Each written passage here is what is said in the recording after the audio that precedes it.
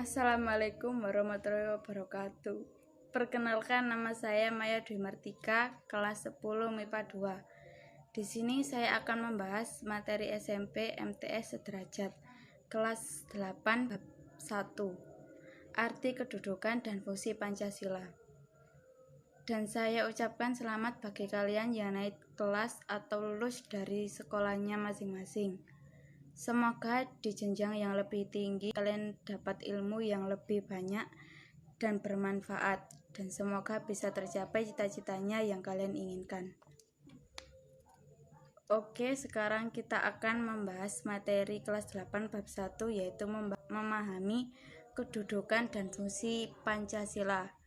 Coba kalian ingat-ingat lagi materi kelas 7 yang berkaitan dengan materi bab 1 ini. Di kelas 7, pasti kalian sudah memahami dan mempelajari tentang penyusunan dan penetapan dasar negara atau Pancasila. Materi tersebut tentunya berkaitan dengan materi yang akan kita bahas kali ini. Pancasila ditetapkan pada tanggal 18 Agustus 1945. Mungkin ada yang bertanya, lalu kenapa hari lahir Pancasila diperingati tanggal 1 Juni? Jawabannya, karena tanggal 1 Juni Insinyur Soekarno pertama kali memperkenalkan Pancasila pada sidang BPUPKI, tepatnya pada tanggal 1 Juni 1945. Maka 1 Juni itu ditetapkan sebagai hari lahir Pancasila, berbeda dengan tanggal 18 Agustus 1945. Pada tanggal tersebut, Pancasila disepakati oleh pendiri negara sebagai dasar negara. Pada tanggal 18 Agustus 1945, Panitia Persiapan Kemerdekaan Indonesia atau PPKI menetapkan rumusan Pancasila sebagai dasar negara Republik Indonesia. Nama saya Linda Alia Komalasari, nomor absen 17 dari 10 MIPA 2. 18 Agustus 1945, PPKI menetapkan pendiri negara sebagai dasar negara, tepatnya pada tanggal 18 Agustus 1945.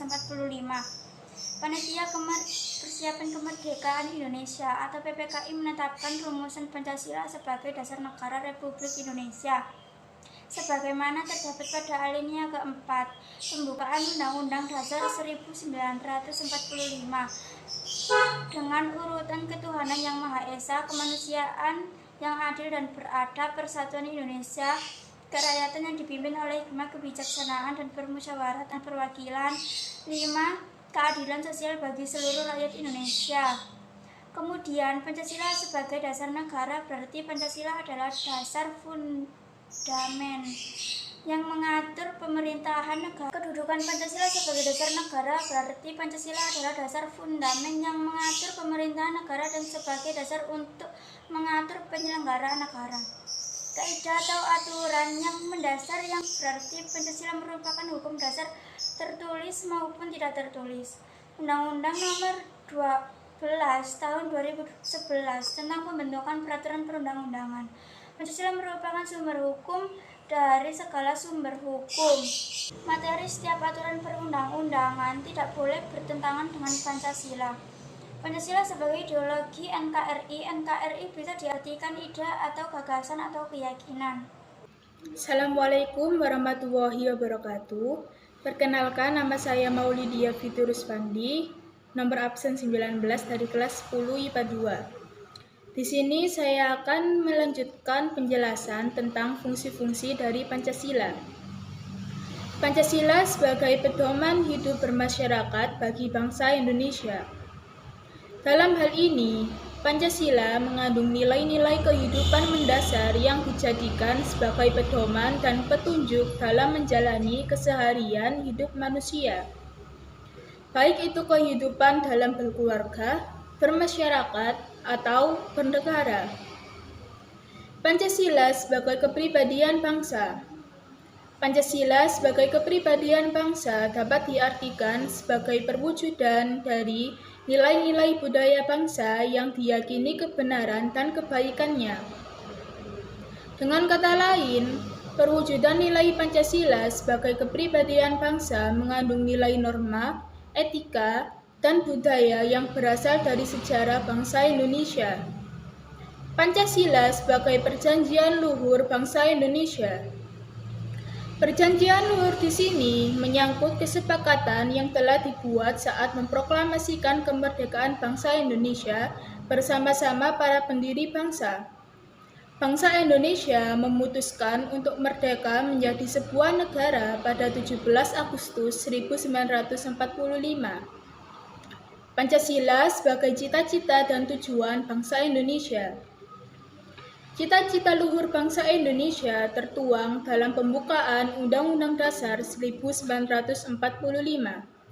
Pembukaan Undang-Undang Dasar 1945 merupakan media penuangan jiwa proklamasi, yaitu jiwa Pancasila yang tertulis di dalamnya. Pancasila sebagai satu-satunya asas. Pancasila adalah dasar dari segala asas atau perilaku dalam kehidupan berbangsa dan bernegara. Pancasila sebagai moral pembangunan. Pancasila sebagai moral pembangunan bermaksud agar nilai-nilai luhur Pancasila yang tercantum dalam Undang-Undang Dasar 1945 dijadikan tolak ukur dalam melaksanakan pembangunan nasional, baik dalam perencanaan, pengorganisasian, pelaksanaan, pengawasan, dan evaluasinya. Demikian penjelasan kami tentang materi, kedudukan, dan fungsi Pancasila. Jika ada salah kata, kami mohon maaf sebesar-besarnya. Wassalamualaikum warahmatullahi wabarakatuh.